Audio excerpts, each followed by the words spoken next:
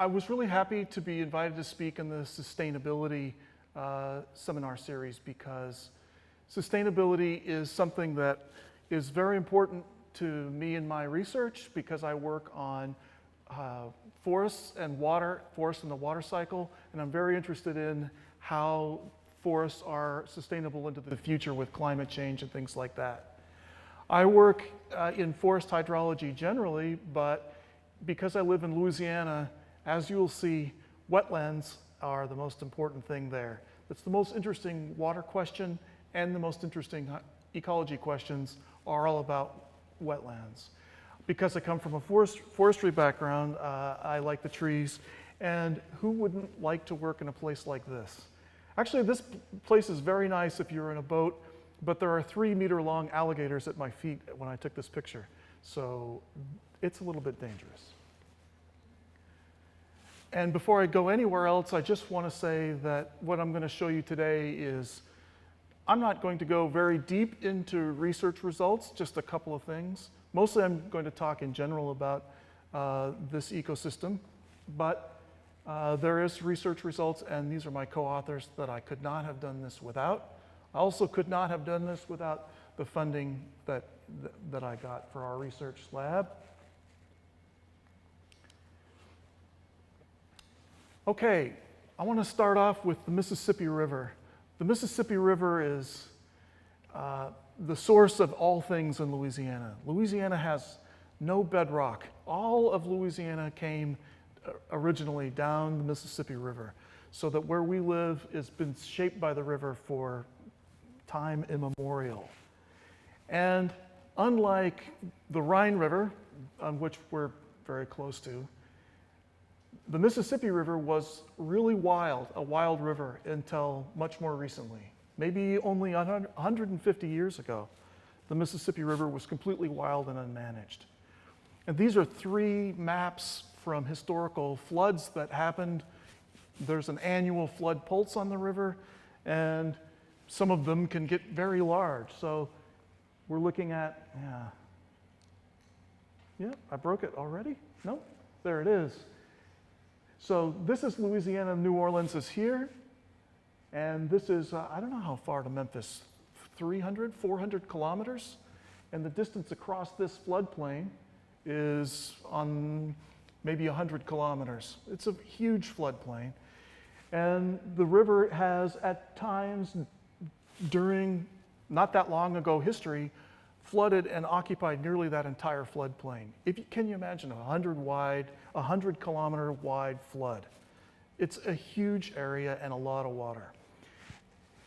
Unfortunately, well, or fortunately, depending upon how you look at it, people also tried to live in this floodplain.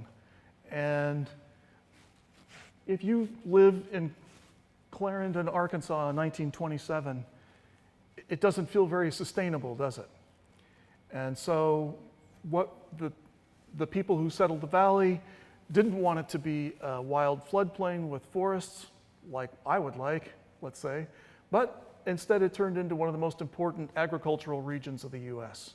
So most of the forest has been cleared and the river has been tamed. And so the Mississippi River became an engineered system, more like a European river.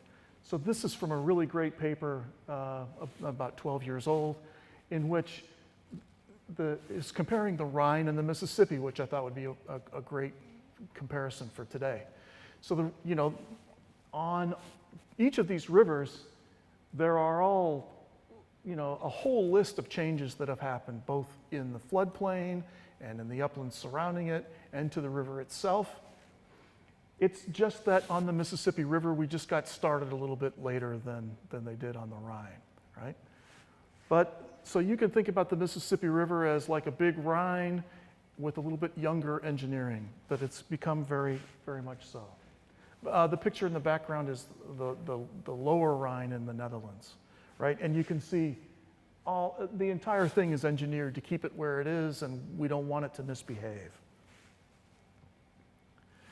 And this is the way that the Flood Management Agency thinks about the Mississippi River. as a series of pipes and a series of conveyances that have, sharp boundaries and smooth edges, right? And this is the way that a lot of people have come to think about the river in a lot of places. And when the river misbehaves, no one is happy. And in a map sense, it looks like this. It's I knew that was going to happen. The red here are flood control levees. Some of these are 5, 8 meters tall, and they completely encase the river from almost at the very south end all the way up to, this is Illinois. So this is a distance of several hundred kilometers. And there are only a few places where that's not completely controlled. Okay, so that's the human side of the Mississippi River. It's like rivers and other rivers in the developed world where people are controlling it, but it's really a small blip in geologic time. So let's talk about the Mississippi River, how it got to be the way it was, and how it gave us the part that I really want to talk about today, the delta. So the delta that's into the Gulf of Mexico. The upper left picture is a geologic map of what's called the Mississippi Embayment. It is a rift in the North American plate that has been filling with sediment from the Appalachian Mountains, the Rocky Mountains, over a very long time. And that rift has taken there's so much sediment accumulated here in Baton Rouge, where I live, just at the south end of the Yellow. Where I live there's about 7,000 meters of sediment straight down before you get to rock. Think about 7,000 meters of sediment. So we are living on a huge bowl of mud that the Mississippi has built for us, right? And the way that bowl of mud got built was, of course, it came from the river. And the Mississippi River is composed of what's called the delta lobes. So we use this word lobe like an earlobe. And the lobes are just regions that receive sediment for some period of time. So the river builds a lobe, it builds a lobe, it builds a lobe, but in the process it builds itself up, right? It brings sediment, but it's kind of building a hill, and eventually it builds too much and it falls off of that hill and it switches to someplace else and builds another lobe, right? So we have lobe, like here's a lobe, and then it switched over to this one, and then it switched over to here. So it's like, you turn on the hose and you don't hold the hose and it flips around like this, it shoots water everywhere. Well, imagine if it did that and flipped once every 1,000 years, all right? That's important. The reason that's important is that the delta isn't all built the same way. We have some parts of it that are very old and some parts of it that are very young and on the surface. And so that they behave differently. When you build levees and flood control structures, what happens to all of the sediment that used to go into building the mountain? It doesn't build the mountain anymore, it just goes out the end. So right now, the Mississippi River is shooting all of its sediment goes out the very end of the delta, where that end of that channel right now is at the edge of the continental shelf. So there are hundreds and thousands of meters of water for it to fill there. So the problem is that, the situation is all of the sediment that's going into the river is not building the delta anymore. So the delta lobe cycle itself has been arrested by river management. And because of that, we don't have sediment building anymore. And when we have young sediments that have been deposited underwater, they're really, you think about, you step in a mud puddle, you sink in, right? It's because that mud's not consolidated, it's not solid, and the word is consolidated. So it's unconsolidated sediments, and then over time though, it will slowly consolidate, and it will slowly dewater and compress. And that's the natural way of the delta lobes. But in this delta, with no additional sediments coming, that net sinking happens everywhere. So the surface will sink as those sediments compress. And so all throughout the delta now, we have about somewhere around a centimeter per year, yes, of land sinking. And so what that means is that some places, the red didn't, I knew the red wouldn't look good, but I like it red. But some places we've had, this is right here, the water level has risen about 13 millimeters a year at that point. So it is about a meter higher now than it was in 1935. Well, the ground is a meter lower than it was in 1935. So imagine the change that would accomplish when in a wetland. So with all of this subsidence and land sinking into the ocean, we have sort of in the Mississippi River Delta like a laboratory looking into the future of coastal ecosystems with sea level rise. Global sea level rise is nowhere near this fast, right? It's much, much slower, but we can see what will happen to coastal ecosystems today because we have this relative sea level rise that's accelerating the process. What's that process look like? It looks like this. So these red areas are places that used to be land in 1932 and since have been lost. So there is no more land at any of those places where it's red. That's a huge amount of area that's simply sunk into the ocean. And this kind of land loss is a major issue because cities like New Orleans, Baton Rouge where I live, and some of the more coastal cities are becoming, well, really coastal, so that the ocean is really moving towards them, and it's a major risk for them in terms of coastal flooding and storms. So in response, there is a Louisiana Coastal Master Plan that consists of a whole range of activities that are designed to restore these wetlands. What does restore mean? Well, sure would be nice if we could add sediment everywhere, but we can't. So some places they're adding sediment with, here's a sediment diversion. This map wasn't designed to be displayed like this. It would be nicer for bigger symbols. But all of these things that you see are efforts to restore this ecosystem, or at least make it to where people can live here safely. $1 billion per year for 50 years.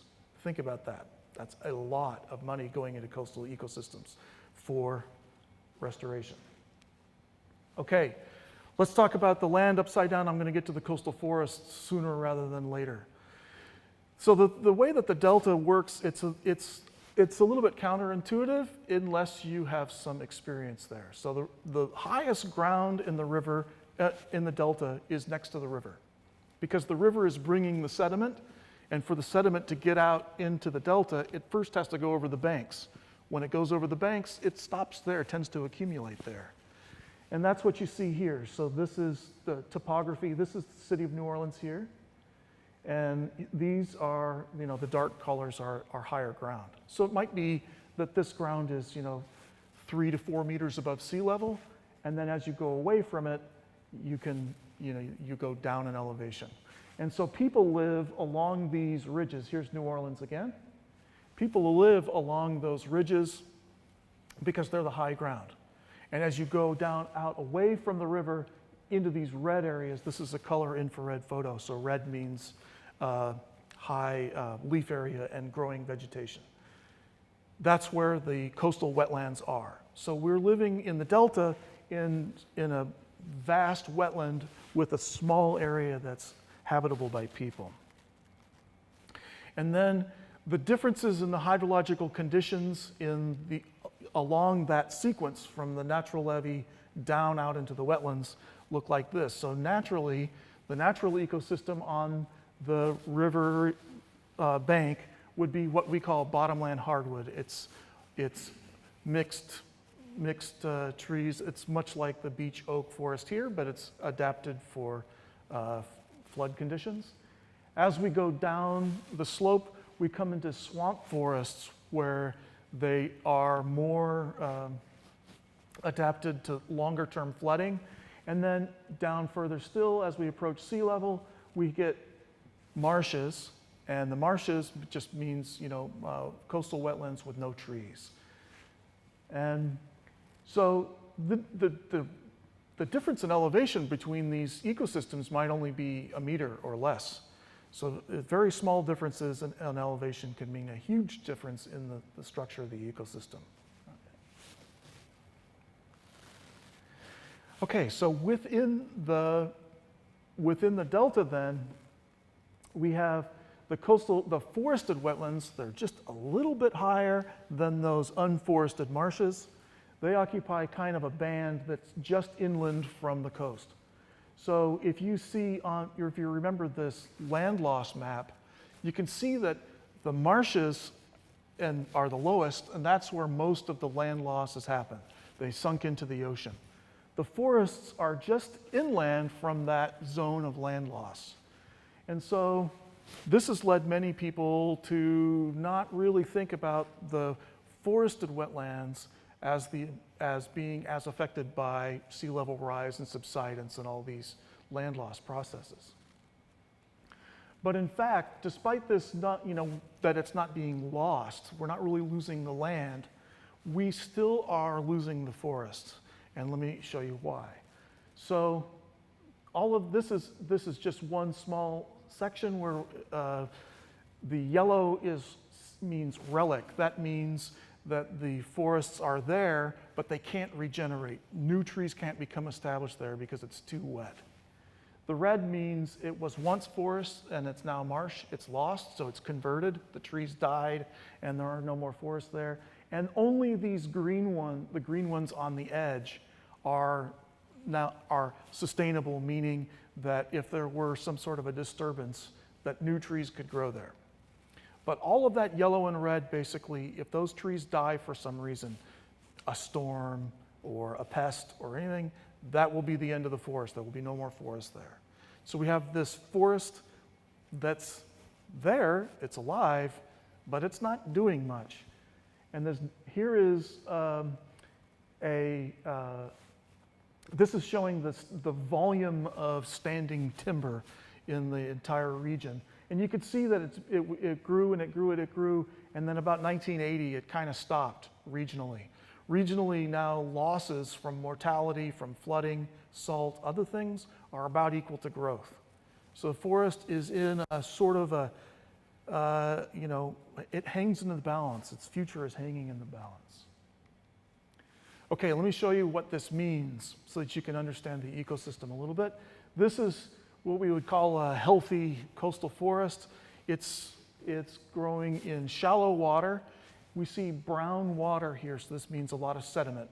With the sediment means that there's some sediment being deposited in the forest, and that keeps the elevation from sinking as fast.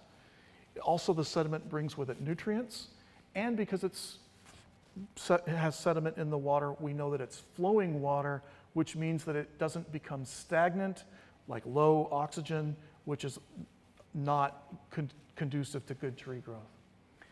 But as flooding increases, we get into a situation like this, where you see there's no sediment in this water. It's just black water. It's just sitting there, and it's deep. This water is almost a meter deep. So if those trees were to go away, there's no way for another tree to become established there, because the trees can't establish in standing water. Then after a while in this condition, we start to get, instead of new trees maybe in the understory, we get marsh plants and the beginning of marsh. And then if the flooding is enough that the trees themselves start to die, then you can see the marsh underneath and it takes over. So this is the trajectory of forest change with increased flooding. If that flooding has salt in it, if you're near the ocean and you get coastal flooding, then everything happens all at once, because the trees are not robust against salinity. Almost no trees are, only a few. Mangroves, coastal mangroves are an example, but Louisiana is a little bit too cold for mangroves, so we don't, yet anyway, have them. So if there's salinity, then the trees will die relatively rapidly, and the conversion to marsh is rapid and pretty much permanent. Okay, so what I want to do with that, after that general overview of the situation, I want to tell you about two research projects we did in which we assessed the status. So how do we understand sort of spatially the condition of the coastal forests? It's an applied planning tool for state resource agencies that need this for, well, you saw the coastal master plan. They need that to plan all that restoration. And then we also have, then I want to tell you about a research project we did that was aimed at a basic understanding of the ecology that happens during this transition from one ecotype to the other, and what that will tell us about sustainability of the system. So we undertook a big field project where we used, well, Landsat data, so easy remote sensing data on it. That's a 30-meter resolution satellite, along with field plots where we measured the tree canopy and the understory vegetation.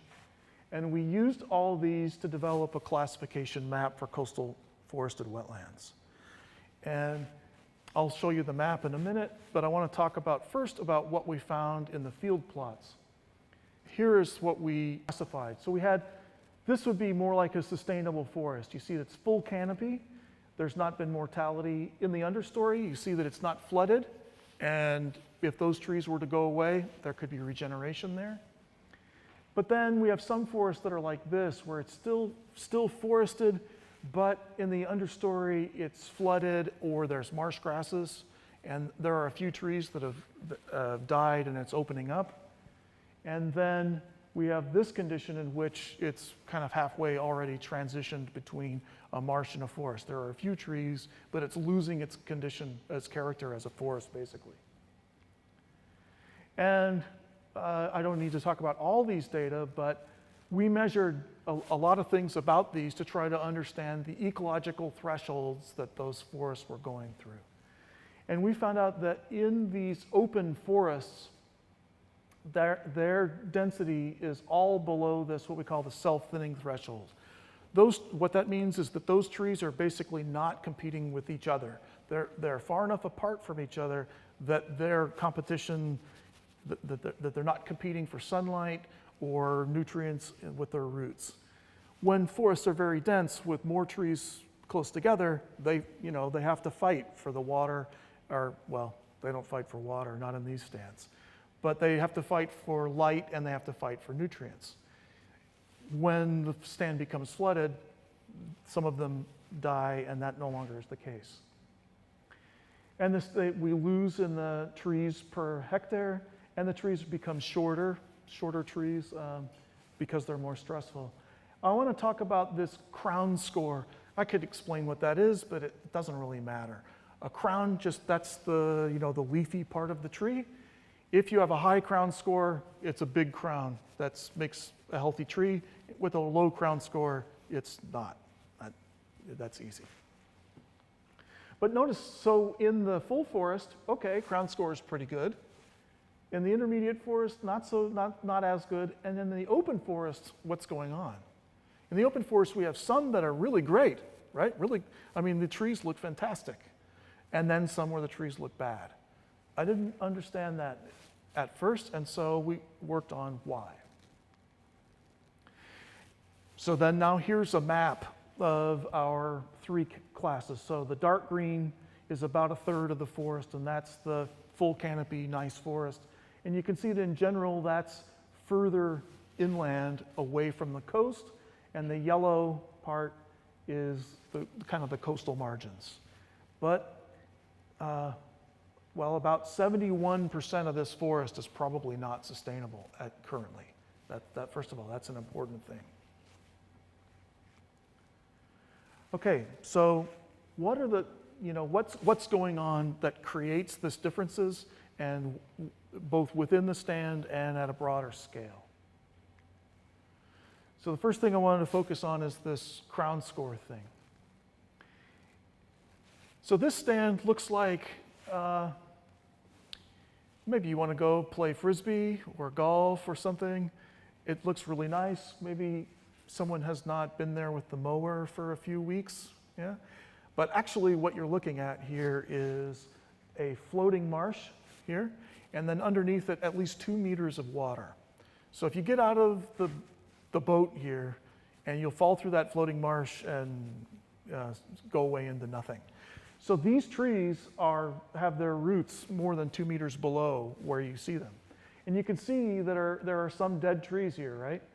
And those dead trees are the ones that couldn't withstand all that flooding. Notice this tree looks pretty good, doesn't it? I mean, it looks fine. Others, you know, maybe not as nice. So this is an example of this in the open forest, some great trees, some not. Why is that? But in this stand, this one, wow, not very many with big crowns, right? So sometimes we can see that all the trees are hurting here. Okay, so I'm skipping through 20 minutes of really cool, detailed plant physiology to show you this results slide. It's not part of sustainability, so just bear with me for a minute. So it turns out that what happens is, this is SDI means stand density index. So low numbers means fewer trees, okay? And then higher numbers means more trees, all right, denser stands. So these trees are competing with each other.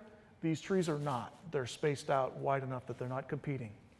And this BAI, that's the basal area index, that refers to the diameter growth per year.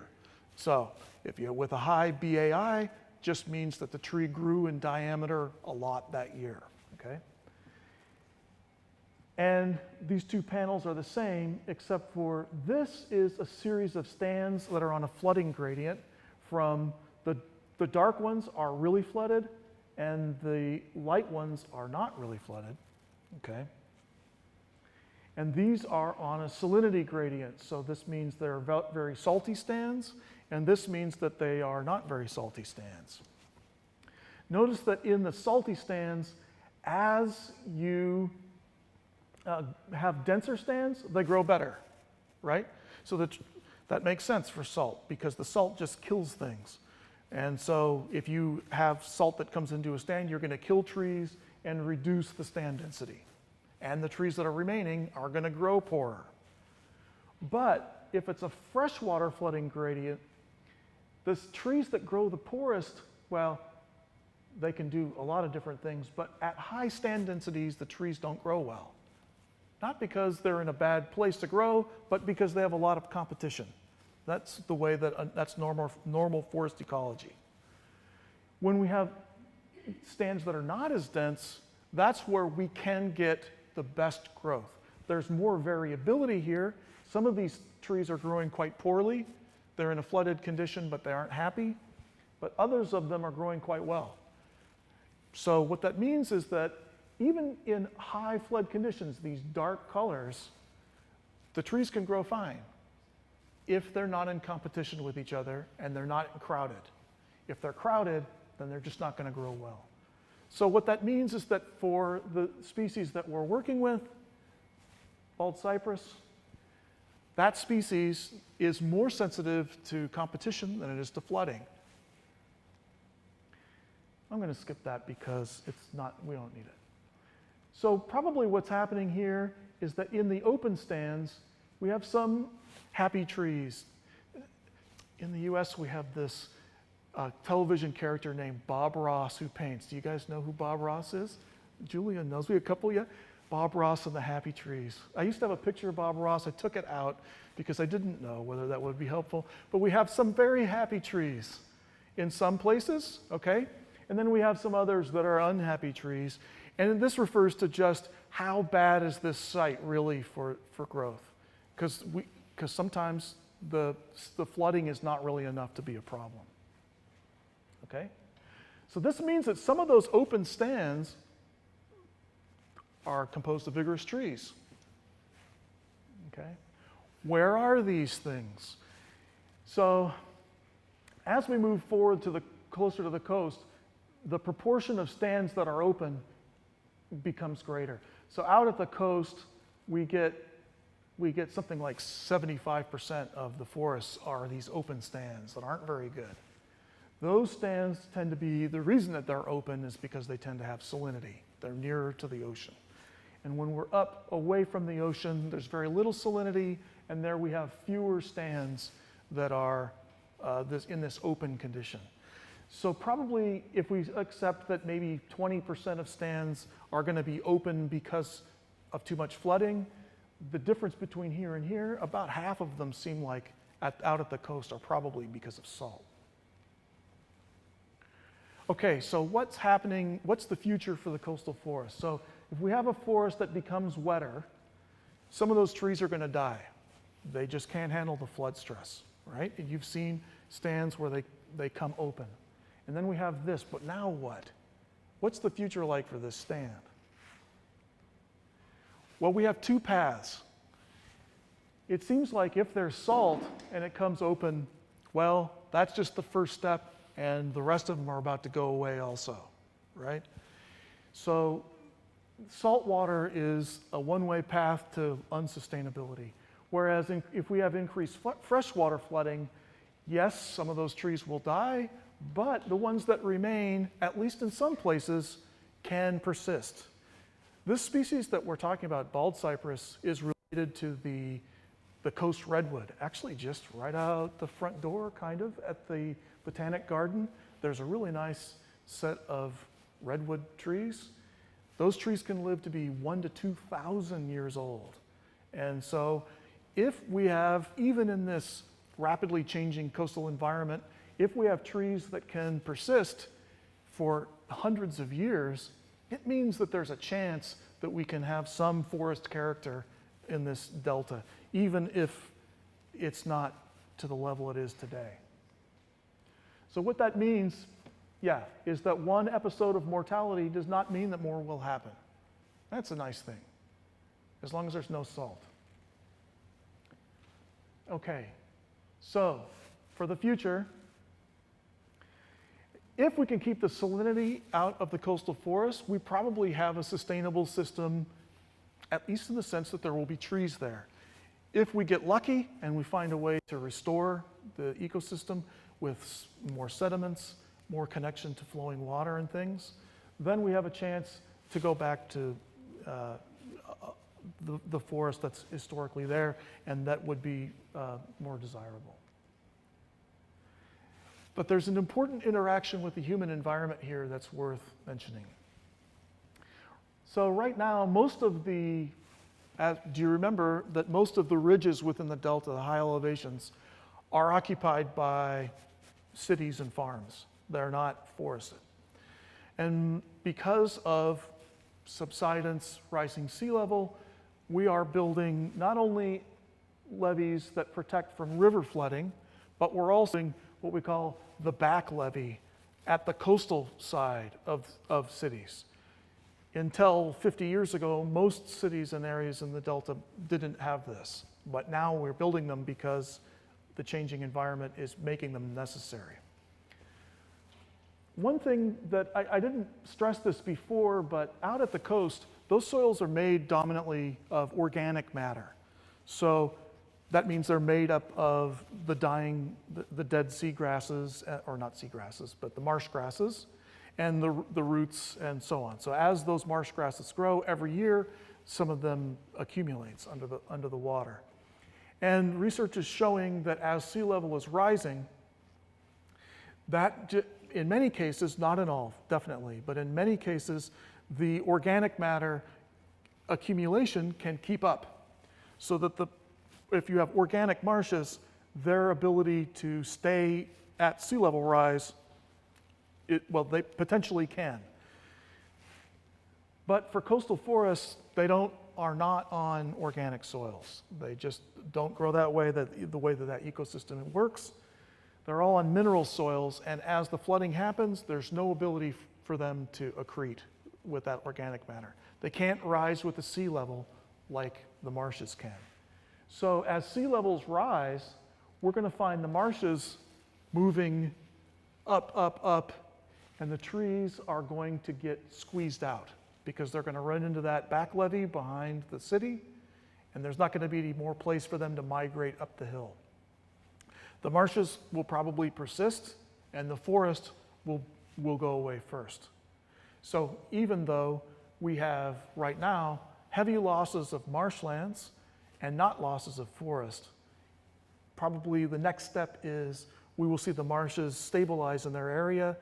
They'll move where they are, but the total coverage of marshes will probably remain similar, but we will lose the forest as the trees can't stand this coastal flooding. So ultimately, the greatest wetland losses might be the forested wetlands, even though now they are not perceived by most people to be as threatened. And so what's necessary for the future of deltaic forests is mineral soils. There's no way around that. If we want to have these forests sustainable, we need to give them the ground to grow on. Yeah. And so what's happening as part of the Coastal Master Plan is there are planned diversions of river water that carry sediments. The idea is to build new land and nourish the sinking land with sediments to then become future habitat for coastal forested wetlands. So this is a model of the topography of what is expected to happen with this huge river diversion. It's the biggest river diversion that's ever been attempted for ecosystem restoration. There's substantial engineering uncertainties affiliated with it, and it's very expensive and controversial. But I really hope it will happen. The other thing is this map in the bottom. I know you don't know what that is, but this is a big area of forest that is not quite as coastal, but it does get some saltwater influence occasionally. And the idea here is to provide fresh water to keep the salt out. So how do we do that? We can also do this with river water. River diversions out of the river into the coastal forested wetlands to keep the salt out. So keep the salt out, build with sediments, and we can manage for sustainability.